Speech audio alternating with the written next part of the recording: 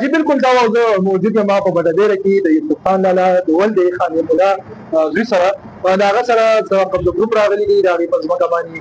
قبضه کړې ده څوک راغلي دي د هغه ځای خرڅ کړی دی داسې څه معامله ده د هغه نه به اورو چې څه چل کاکا دا راته ووایه چې دا واقعیت څنګه وشوه تاسو ته څنګه پته ولګېده او څه به وایي جی سجاد محمد دا د خان علم زوی دی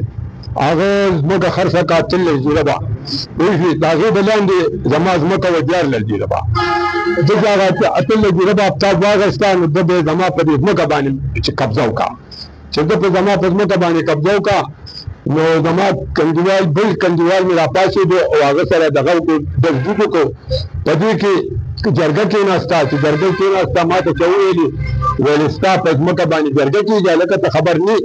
زه لاړم حجرې ته چې حجرې ته زه ورغلم نو یو جمرود دی د یو نامه محسن ده د یو نامه ریاض ده د یو نامه امجد ده او یو مومن دی د هغه نامه نه راځي پوه شوې نو هغې جرګه باز دی هغې وویل چې ما 15 لکه روپۍ اخېستي دي او ستاسو جرګه به بیا وکړو نو ما ویل زما جرګه به څنګه بیا وکړي زما ځمکه خو ښکاره ځمکه ته ځمکه م که اخېستې وه خواږه ځمکه م اخېستې دا خو نه اخېستې چې دا ځمکه م اخېستې ده دوی ویل چې زه یاره بیا به زمونږ ستا جرګه وکړو خو ما زه ته نه راپاڅېدم او زه لاړم آفتاب ته ما وویلې چې هلکه ګوره ستا ته خو دا جرګه کې خو ګوره دا ځمکه زما ده زما دا ځمکه استوا نه دي د سجاد ځمکه چې اخېستې ده ښه دې کړې ده په هغې باندې زما څه اعتراض نشته دی خو دا زما 14 زره به ځمکه ده چې دا وانه دي پوه شوې خو ده په باندې رد ونه راکولو زه لاړم او ما کمیشنر له درخواست ورکړو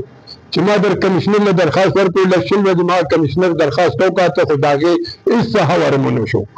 بیا زه لاړم ما پې باندې شټې راواغېستو چې شټې مې پې باندې راواغېستو نو پولیس والا لاړو او پولیس والا 2 ځل لاړو پوه شوې خو هېڅ مطالبه مو نه کړه بیا هغې به خپل کار هماغه شانتې جاري په جاري ساتلو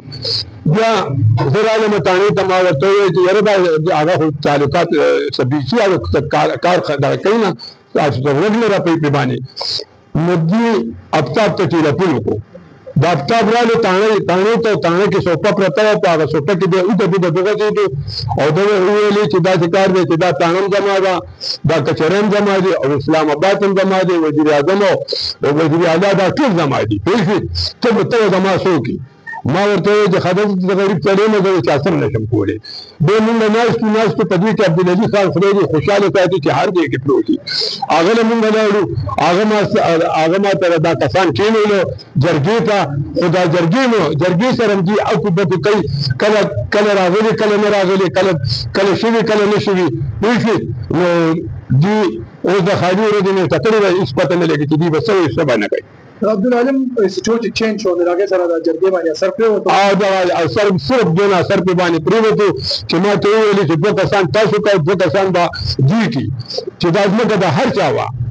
نو زه به هغه ته حواله کوم هغه بدل شو که نه بلې سچور راغلی بلې سچور بل ورغلی نه نو خو دا و چې عبدالعلي خان دا نور سچوګان د چا خبرې نه اوري نو اوس حکومت نه څه مطالبه کوي مطالبه حکومت نه دا کومه زه خواست کوم د ای پی صاحب ته سی ایس پي صاحب ته کمیشنر صاحب ته ډي سي صاحب ته